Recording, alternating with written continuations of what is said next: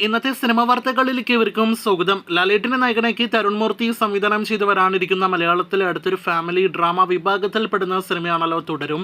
വെറുമൊരു title first look poster കൊണ്ട് തന്നെ സോഷ്യൽ മീഡിയയിൽ മൊത്തം പോസിറ്റീവ് വൈബ് നേടിയെടുത്ത സിനിമ കൂടിയാണല്ലോ തുടരും. ഇക്കഴിഞ്ഞ നവംബർ 1 മുഴുവൻ ചിത്രീകരണം പൂർത്തിയാക്കിയ 99 ദിവസത്തെ ചിത്രീകരണം ആകെ ഉണ്ടായിരുന്ന തുടരും എന്ന സിനിമയുടെ പോസ്റ്റ് പ്രൊഡക്ഷൻ വർക്കുകളെല്ലാം തന്നെ ഇപ്പോൾ നടന്നുകൊണ്ടിരിക്കുകയാണ്.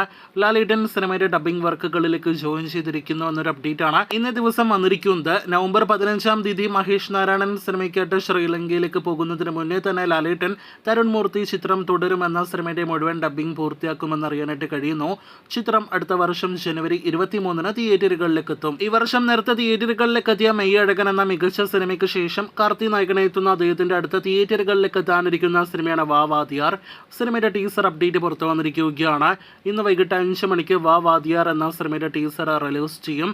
ചിത്രത്തിന്റെ ടീസർ കങ്കുവ എന്ന സിനിമയോടൊപ്പം നാളെ മുതൽ തിയേറ്ററുകളിലും പ്രദർശിപ്പിച്ചു തുടങ്ങുന്നതാണ്. അടുത്ത വർഷത്തിന്റെ തുടക്കത്തിൽ നളൻ കുമാരസ്വാമി സംവിധാനം ചെയ്യുന്ന സിനിമ തിയേറ്ററുകളിലേക്ക് എത്തുന്നതാണ്.